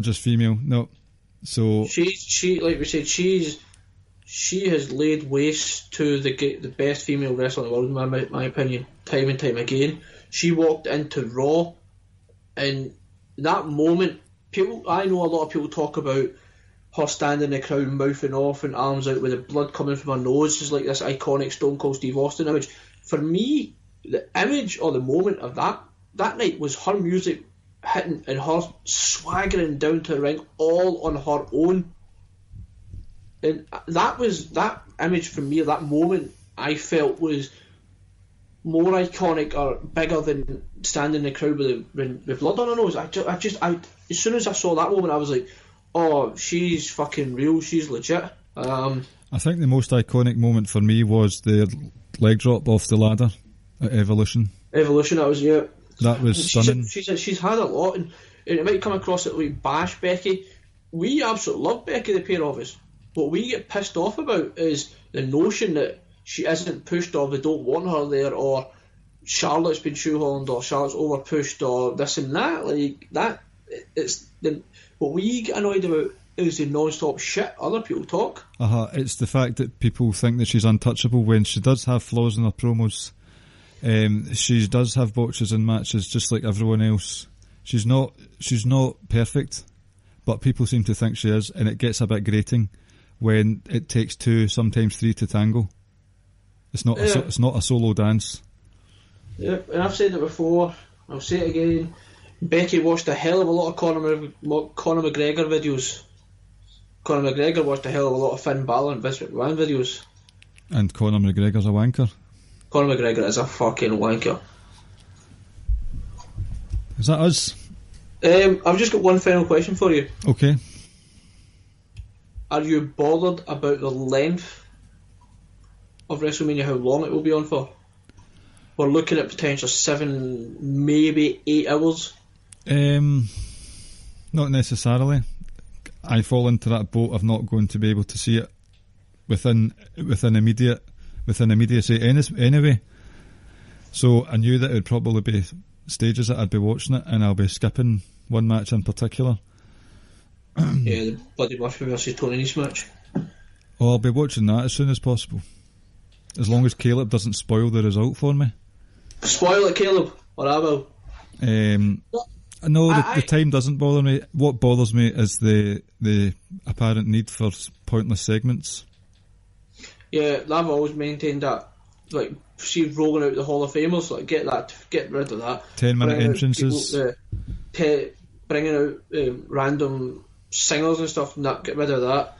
Just cut some of those segments down by about 2 or 3 minutes and allocate those to the matches. Yeah. In terms of length of it, it doesn't bother me, because we advocate watch what the hell you want and don't watch it all. No one's forcing you to watch it. If you don't have an interest in something, skip it. Go outside for 10 minutes. Go to the toilet. Go put on something else and then come back to WrestleMania. You're not forced to sit and watch it. So if you sit and watch it all, and I'm putting this out there, if you sit and watch it all and then bitch and complain about the time and how you had to watch this match, no one's fucking forcing you to sit and watch these matches. There'll be a lot of people who would happily... Sorry, go on you go. People are happy to sit and watch 5-hour Wrestle Kingdoms. People are happy to watch... I'm not picking on New Japan, it's just that they have the G1 Climax, which is like a month long. I think with that is that a lot of people say, like, no, I can't comment too much on it, but it's like quality wrestling from start to finish, and that's fine. Yes, it's all good, and I get it. Like, I'm a fucking huge NFL fan, but NFL games last for 3 hours, and the actual game time, it's 4 15-minute quarters, and it's like, why does this take 3 hours? Aye. And I wish we could cut that down, but at the end of the day, just watch whatever you want. It's fine to stop pitching and complaining for once. It's not the length. It's not the length of the show that bothers me. It's what they do with the length of the show. Yep. See if it was meaningless segments. See if it was 7 hours of really good wrestling and really good stories, even the odd segment, excellent. It's the Hall of Fame stuff, Flo Rida. Remember Hogan, Austin and Rock? Didn't they not have like a 20-minute opening segment or something at WrestleMania? So, you could cut all that crap down. Yeah, cut the fat, basically. But it's going to be a long night, and I mean that just in the sense that it's going to go on till like 5 a.m. over here, and like I say at the start of the show, need to be waking up and be in work 3 hours later, which is going to be quite difficult. But hey ho, my daddy-o. So, shall we move on to the quiz? Yep, I will put in the music now.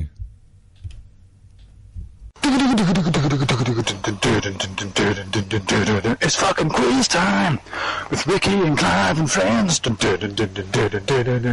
fucking WWE quiz. So it's my turn this week, and as you would guess, it's going to be a WrestleMania themed quiz.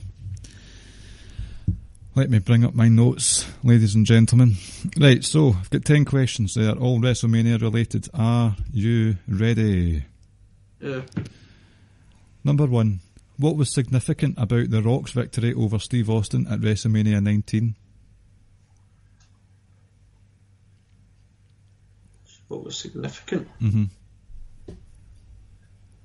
I mean, there was a couple of things that were significant, but... Well, give me them then, and I'll tell you if you're correct. Well, it was the first time he'd beaten Austin at WrestleMania. And that was their last match together, so...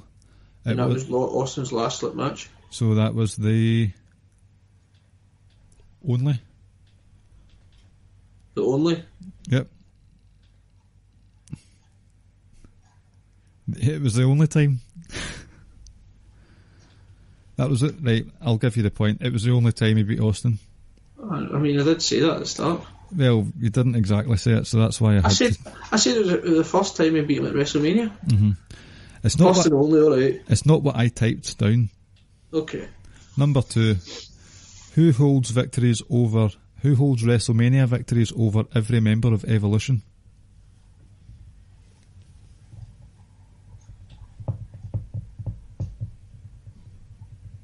Just one person. Was it like the initial Evolution? Yeah, the 4 guys. Flair, Batista, Taker. Correct. Number 3.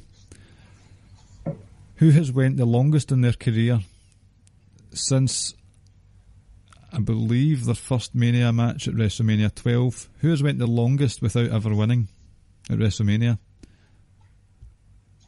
Now, to explain that a bit further, There have been... So who's basically got the longest losing streak? Not necessarily by number of losing streak, because there might have been WrestleManias that they've missed, but who basically has lost when they've been at WrestleMania the longest? Shawn Michaels? Nope. Happy to give you a clue. Michaels beat Vince McMahon, remember? When? And Ric Flair. WrestleMania 12? No. Right, okay, right. I'll give you a clue. There you go.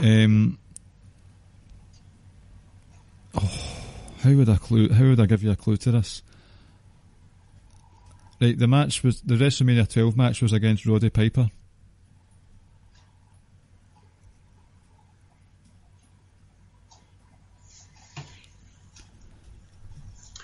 Goldust. Correct. I sounded very happy there. I thought that was a hard question, so I'm glad we got over that. No, I remember a number of matches from WrestleMania 12. That was the Iron Man match. Yep. That evidently I just watched the other night on Sky. Number 4. Which wrestler has been in the most matches on the one night of WrestleMania? The most? Yep. I'll give you a clue. It was 4 matches in the one night.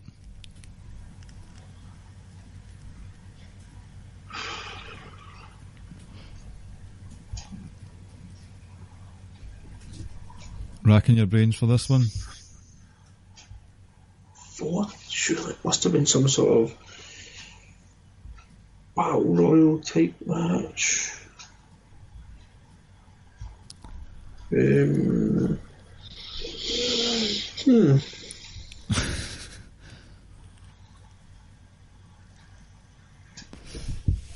This person is no longer with us.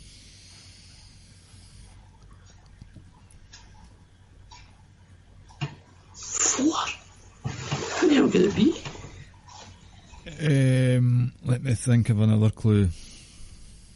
Crash Ollie? No, but that, I like your thinking, but it wasn't that. WrestleMania 4. That's when it took place. Yep. That was Hogan Andre, wasn't it? Uh-huh.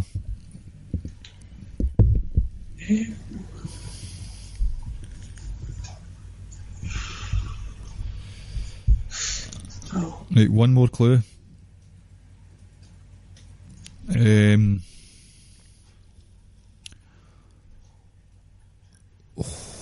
They finished their WWF career on commentary. Savage. Correct. Tournament. Yep. Right.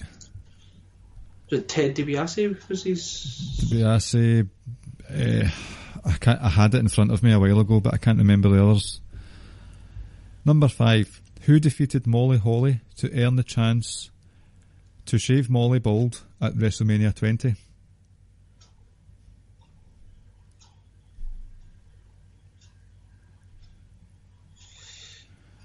...2004... Madison Square Garden. Victoria. Correct.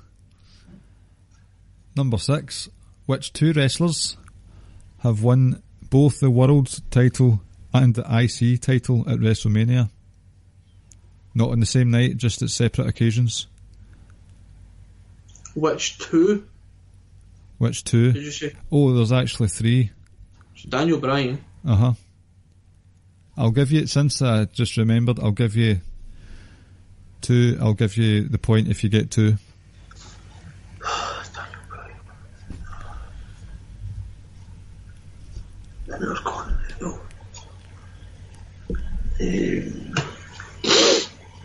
Seth. Yep. I'll give you it because I had 2 initially. The other one was... Hazard a guess?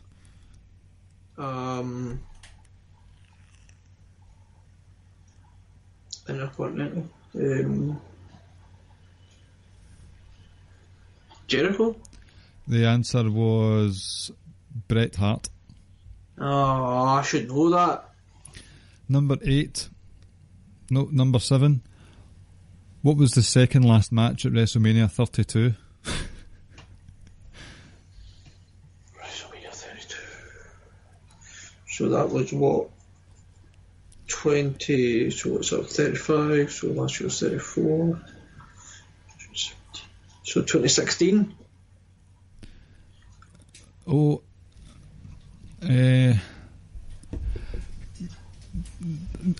shit, hold on. That was 2016. I know. 32 was Triple H versus Roman Reigns. I know, but I think I'm wrong. What do you It mean? might be 33. So which one do you want to know? Because WrestleMania 32, the answer is 33, not 32, because 32 was Rock coming out with Cena and taking on Eric Rowan and giving him a rock bottom within like 2 seconds. Aye. So 30, that's when I still remember the time how much cheers Bray got that night. I know. Bray. So WrestleMania 33. So that was Taker Reigns that closed.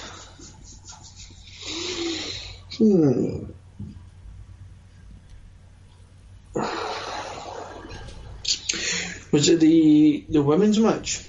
Elaborate a bit more. The SmackDown women's match. Well done. Correct answer. The 6-pack. Was it Naomi won it? Yes. Did she? Yes. After she came back from injury. So far you have 1, 2, 3, 4, 5, 6, 7, right? Number 8. What was the longest match at Mania 31? 18 minutes and 26 seconds, I believe. Fucking hell, was that it? WrestleMania 30. I know there were a lot of shorter matches that night. So 31 was Sting's cash-in. Seth's cash-in. What a moment that was. It's 2. It's one of 2, and it's pure stupid matches.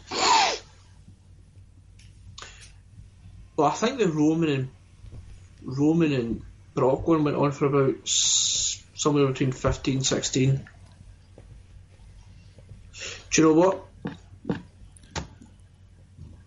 I'm going to give props to Caleb for this because I have a feeling he might have said this not long ago or at some point, or someone did anyway, but it was Triple H and Sting. Correct answer. Well done. Very well done. Because was Big Show not involved in a pretty long match as well? The Battle Royal. I just can't remember who he was facing though. It was a Battle Royal, yeah. Was he a Battle Royal? Yep. That was a few seconds shorter. Was that the year he won it? No, that was the year that Baron Corbin won it. Alright. He was the first ever? Was he the first ever? Cesaro was the first ever. Oh, was he? You sure? Uh-huh. Sure it wasn't Show? Show was the next year. Right. Number 9. Who did Chris Jericho face in the opening match of WrestleMania 17 for the Intercontinental Championship?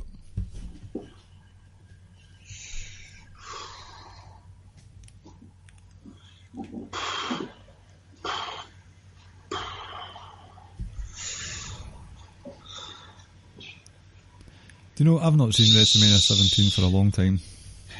What year was 17? 01. So that was Rock Austin? Rock Austin. Triple H Taker. TLC 2. Shane Vince. Chris Jericho versus... See what you did there.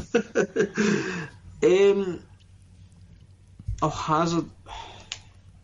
What, do you want a clue? No. Was it Blackpool's Finest? Yes, it was. Billy Regal, King Billy himself. Don't say that. Number 10. Oh, this is where we should have a John Ross doing his William Regal impression. I know.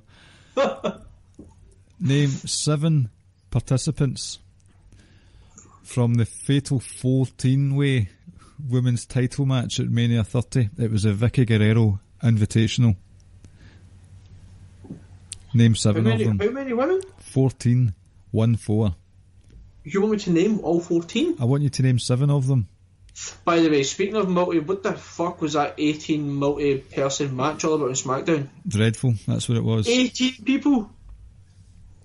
Do you know, I know it's a PG show, but when you've got Otis Dotovich looking at hot women and shouting, "I'm coming," that is questionable to say the least.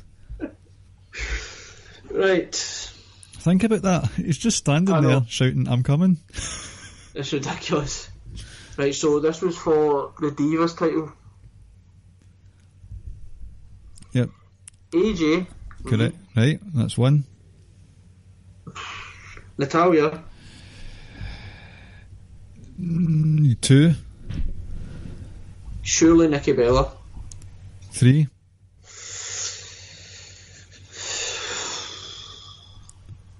How many guesses do I get? I'll give you 11. Must be Brie Bella then. 4. I wonder if Paige was in it. I'll say no. I won't give you that guess because she came up the night after. Right, okay. But I won't take that as a guess. Emma. 5. Eva Marie.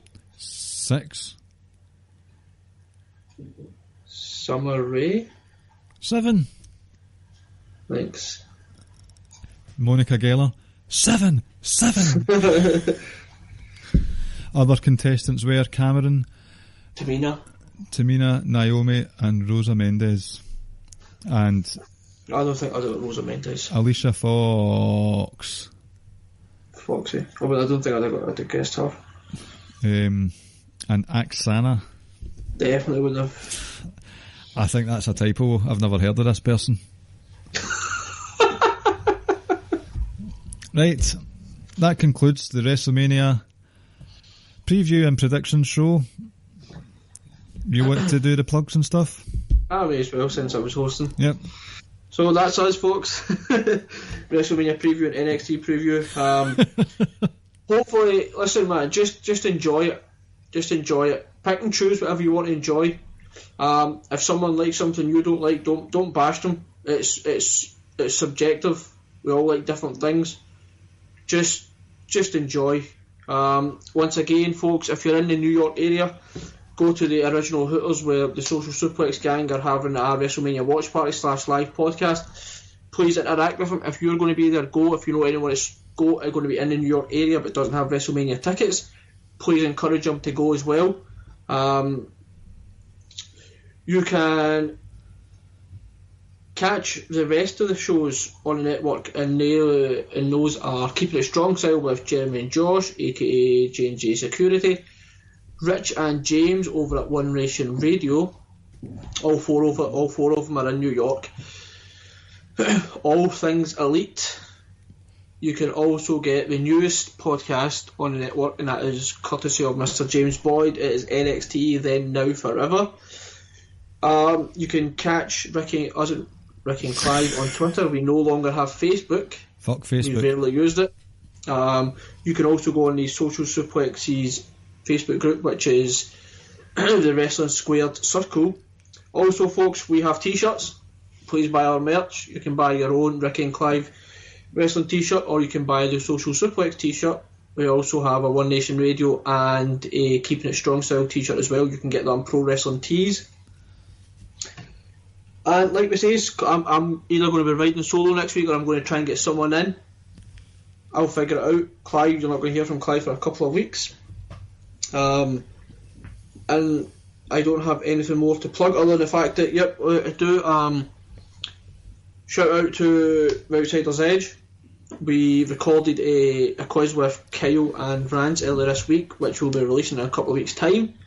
Shout out to Rab Ropes, good guy, he'll be coming on the podcast as well soon.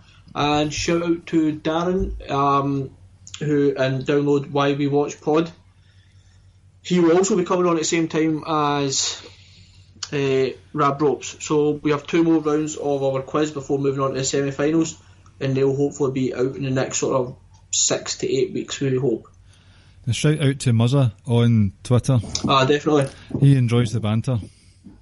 So it's because he's Scottish as well, so we don't need to like, we can just say it, you know, like we all kind of share the same banter because we're all from the same area, well, some kind of near one another. He's an Ayr. That's just down the road, really. In the grand scheme of things. It really is. What was I going to say? There's a cowboy convention that's been held on the same weekend as this weekend, and it's a big deal. It's going to be over a few nights. There's an access event. It's going to be called... Oh, I'm so sorry. I'm so fucking sorry. It's going to be called WrestleMania. Folks, one more thing.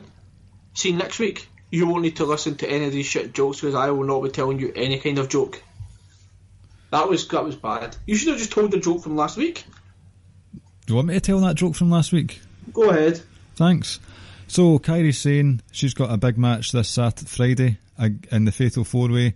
She knows that Vince McMahon will be watching, so she's going to tone down the pirate gimmick. She doesn't want him to see that just nasty, horrible gimmick that she's got going on with the pirate.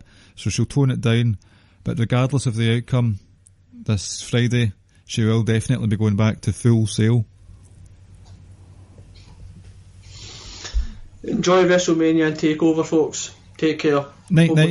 Hopefully you'll hear from me next week. Night, your shower. Night, your shower of roasters. Thank you for listening to the Ricky and Clive Wrestling Podcast. We'll see you next time.